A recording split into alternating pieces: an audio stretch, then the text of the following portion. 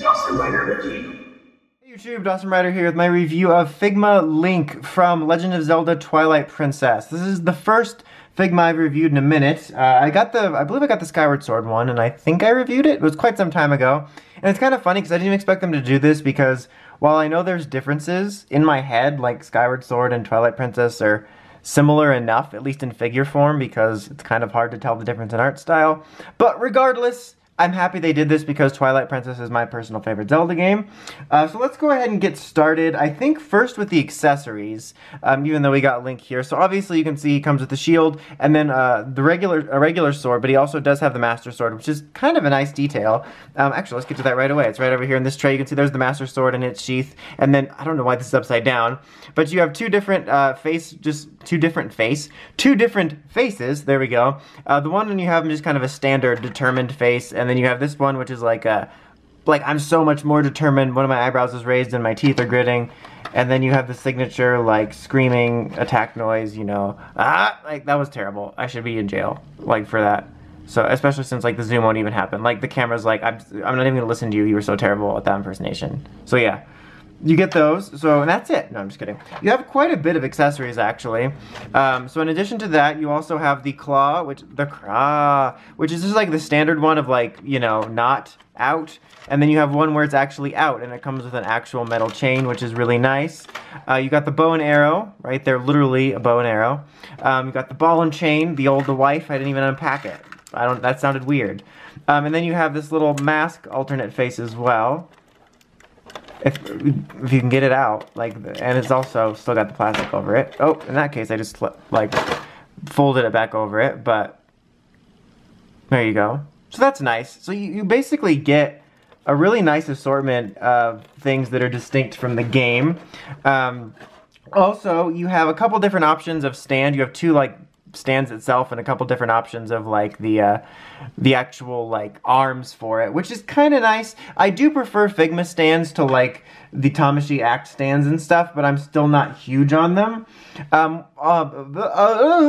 all, folks. No, okay.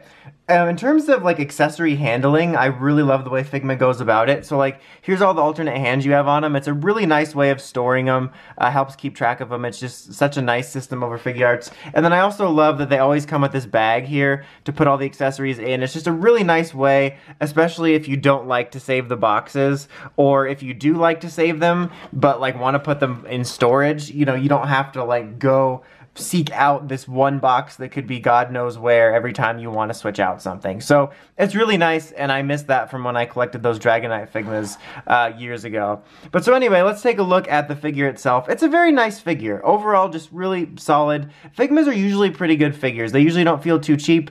They look pretty good. Like they got the head sculpt there is really well done. It looks pretty accurate. It doesn't look too weird.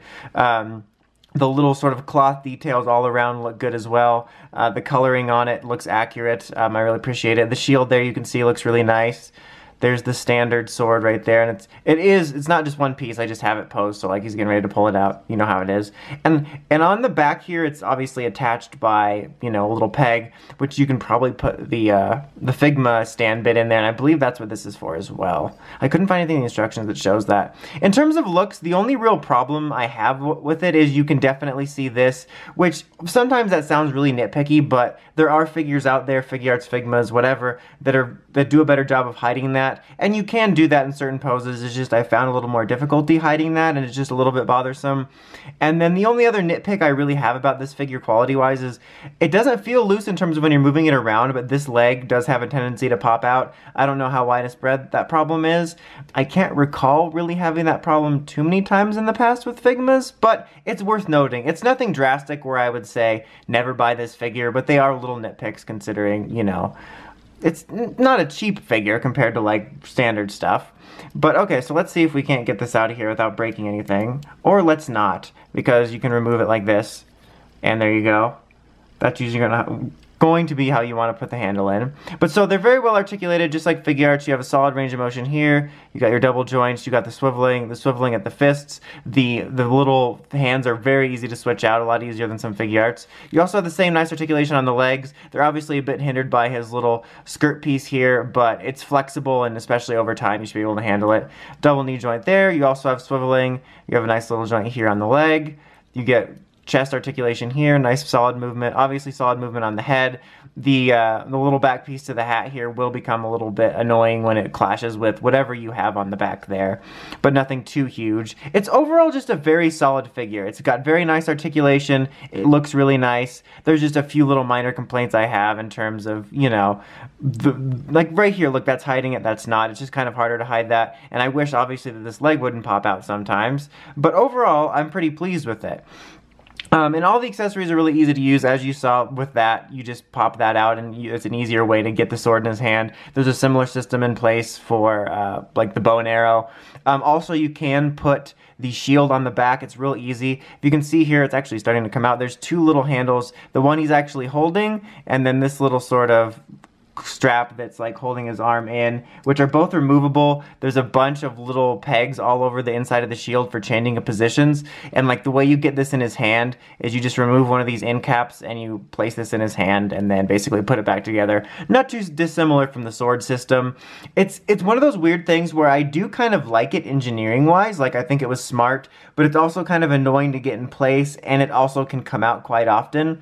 Anyway, for when you want to put it on his back, I just accidentally blew into the handle of the mic stand. Sorry, the mic stand, camera stand. I can't even talk. Anyway, and then I was almost going to say something else, then I got distracted. That was a random moment, I'm sorry. So you're just going to want to remove these two and then place this diagonal-wise, like over the sword. Like you put the sword right in here and then put it over that, snap it on the back. It actually stays on pretty securely. It's a little bit less secure than if you just have the sword, but it works well. I would say it actually stays on there a little bit better for me than when I have it in his hand. I guess my ramble about that was that I do like the engineering on this, but I wish they would find something that's a little less annoying and more secure. It kind of also reminds me of the Captain America figure arts, and it's just, I don't know. I just felt like bringing attention to it. But anyway, after that random ramble on shields and on me just randomly going, just for like the final verdict, it is a nice figure. I like it quite a bit. If you're a huge Twilight Princess fan, I can recommend it if you can find a good price for it, because it's very solid, it looks good, lots of accessory options and accessory storage options, which is nice. There's just a few minor nitpicks I have to make the figure that I would say made the figure like an overall overwhelming recommendation, but if you are really into Twilight Princess like me and you want a nice figure for it, I don't think you'll be that disappointed. Anyway, until next time, don't forget to like, comment, subscribe. Dawson Ryder, signing out.